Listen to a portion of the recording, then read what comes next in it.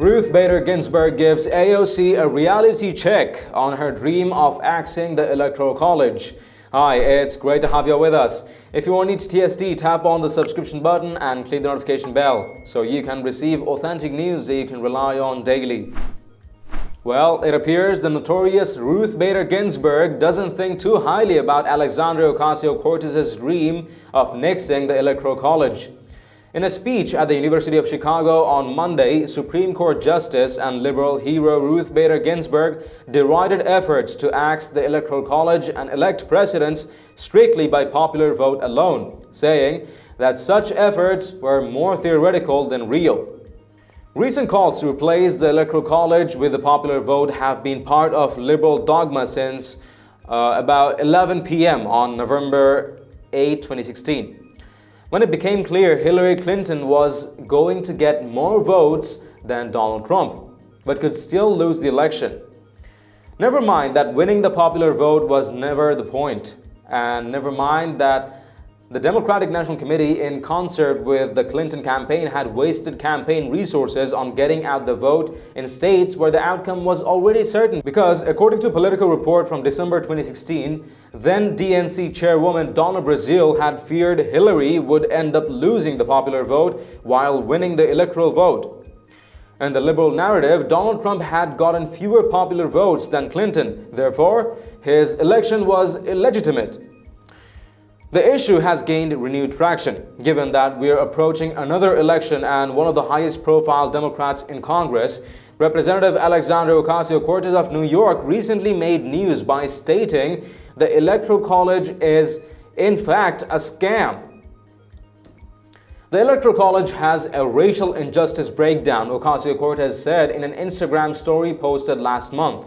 Due to severe racial disparities in certain states, the Electoral College effectively weighs white voters over voters of color, as opposed to a one-person, one-vote system where all our votes are counted equally. Of course, in her speech Monday, Ginsburg didn't address those severe racial disparities in certain states, but noted that there wasn't much of a chance that the Electoral College would be replaced. It's largely a dream because our Constitution is hard to amend. Ginsburg told the audience, according to the Washington Examiner. "I know that from experience," she added. Not only could that be seen as a rebuke of Ocasio-Cortez's call to abolish the Electoral College, it could also be seen as a word of warning to those behind the National Popular Vote Interstate Compact, a legislative agreement in which states would give their electoral votes to the popular vote winner no matter who won the state. Currently, 15 states and the District of Columbia have signed onto it, although the NPVIC wouldn't take effect until a block of states totaling 270 electoral votes, the number needed to elect a president, had passed legislation signing onto it. States that have joined the NPVIC currently represent 196 of those electoral votes. However, such a move would inevitably be subject to a court challenge. Perhaps this is reading the tea leaves a bit too much there. But Ginsburg saying that it's largely a dream doesn't augur well for the NPVIC's ability to withstand judicial scrutiny. Abolishing the Electoral College, in other words, would require the consent of states that are protected from electoral worthlessness by the college. An amendment would require 38 of the 50 states to ratify it, in addition to getting a 2/3 vote in both houses of Congress. You're about as likely to see that as to see the faces of the squad replacing George Washington, Thomas Jefferson, Teddy Roosevelt, and Abraham Lincoln on Mount Rushmore. Instead, what the Electoral College provides is a convenient foil for Democrats. It's racist, they claim. It privileges those pesky voters who live outside of a dozen or so major conurbations, which will eventually replace those states as the forkey of candidates' interest. It gave us Dubia and the Donald. What else do you need to know? Well, plenty. Like most aspects of our constitutional republic, the Electoral College balances absolute majoritarian rule with protections for individual states. It's part of the glue that allows a country with major geographical and ideological differences to cohere. Most importantly, it's part of the Constitution. And neither AOC nor her allies are going to get enough legislators or states to make that very salient fact moot.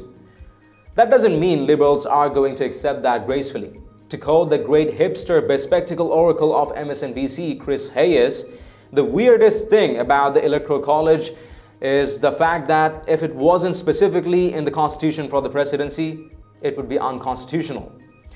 The point is, it is in the Constitution, and as Ginsburg said, it's likely to stay there no matter what liberals want. Cortez, are you even aware you're going against the Constitution and provoking others to do the same? Ridiculing the Electoral College and calling it a scam is a straightforward rebuke of the very first great US administration led by pioneers: George Washington, Thomas Jefferson, Abraham Lincoln, and many more. And you are going against it. That legitimizes impeaching you from your position in the House, because everyone in the House is bound to take oath by the Constitution. You've taken it yourself, and now you go against the wisdom of it and call an established system laid by it scam? This demands the House remove you, an unconstitutional representative who doesn't deserve to be there. Let us know what you think in the comments down below. If you've liked this report, please share among friends and family, and don't forget to subscribe to Top Stories Today. Thank you for tuning in to TST. I'm David Ravine. See you in the next one.